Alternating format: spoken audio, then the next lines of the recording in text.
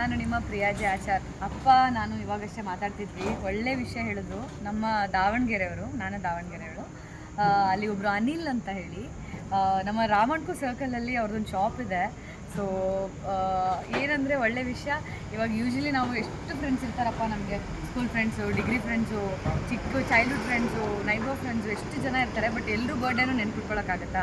Definitely ನೆನ್ಪಿಟ್ಕೊಳ್ಳೋದಕ್ಕಾಗಲ್ಲ. ನನಗಂತೂ ನೆನಪಿರಲ್ಲ. ನನ್ನ friends phone ಮಾಡಿ ಬೈತಿರ್ತಾರಲ್ಲಿ, ಇವತ್ತು ನನ್ನ ಬರ್ಡೇ ವಿಶ್ ಮಾಡು ಅಂತೇಳಿ. ಅಂಥದ್ರಲ್ಲಿ ಅವರು ನಾಳೆ 450th ಬರ್ಡೇನ ಆಚರಿಸ್ತಿದ್ದಾರೆ. ಅದು ಹೇಗೆ ಅಂತ ಅಂದರೆ, ಅವರು ಒಂದು ಸರ್ಕಲಲ್ಲಿ ಅಥವಾ ಅವ್ರ ಫ್ರೆಂಡ್ ಸರ್ಕಲಲ್ಲಿ ಯಾರ್ಯಾರು ಬರ್ಡೇಸ್ ಇರುತ್ತೆ ನೆನ್ಪಿಟ್ಕೊಂಡು ಅವ್ರ ಶಾಪಿಗೆ ಕರೆಸಿ ಅವ್ರನ್ನ ಒಂದು ಹುಟ್ಟು ಹಬ್ಬನ ಸೆಲೆಬ್ರೇಟ್ ಮಾಡ್ತಿದ್ದಾರೆ. ಇದನ್ನು ಕೇಳಿ ಎಷ್ಟು ಖುಷಿ ಆಯಿತು. ನಾಳೆ 450ನೇ ಬರ್ಡೇ ಅಂದರೆ 450 ಜನ ನೆನ್ಪಿಟ್ಕೊಂಡು ಬರ್ಡೇ ವಿಶ್ ಮಾಡಿದಾರಲ್ಲ, ಗ್ರೇಟ್ ಥಿಂಗ್. ಹೀಗೆ ಈ 450 4,000 ಆಗಲಿ. ನಿಮ್ಮ ಈ ಒಳ್ಳೆ ಕೆಲಸ ಹೀಗೆ ಸಾಕ್ತಾ ಇರಲಿ. ನಿಮ್ಮ ಬರ್ಡೇ ಯಾವಾಗಿದೆಯೋ ಗೊತ್ತಿಲ್ಲ, ಆಗೋಗಿದೆಯೋ ಅಂತಲೂ ಗೊತ್ತಿಲ್ಲ. ಮುಂದೆ ಇದ್ದರೆ ಹಿಂದೆ ಆಗಿದ್ರೆ ನನ್ನ ಕಡೆಯಿಂದ happy birthday to you Anil. Wish you the all the best. ಒಳ್ಳೆಯದಾಗಲಿ ನಿಮಗೆ. Thank you. ಹಾಗೆ ಅವನ ಕೆಲಸ ಹೀಗೆ ನಿರಂತರವಾಗಿ ಸ್ನೇಹಿತರನ್ನ ಒಗ್ಗೂಡಿಸುವಂಥ ಕಾರ್ಯ ನಿರಂತರವಾಗಿ ಮುಂದುವರಿಲಿ ಅಂತ ನಮ್ಮ ಪ್ರೇಮ ಕಾವ್ಯ ತಂಡದಿಂದ ಹಾರೈಸ್ತೀವಿ. Thank you.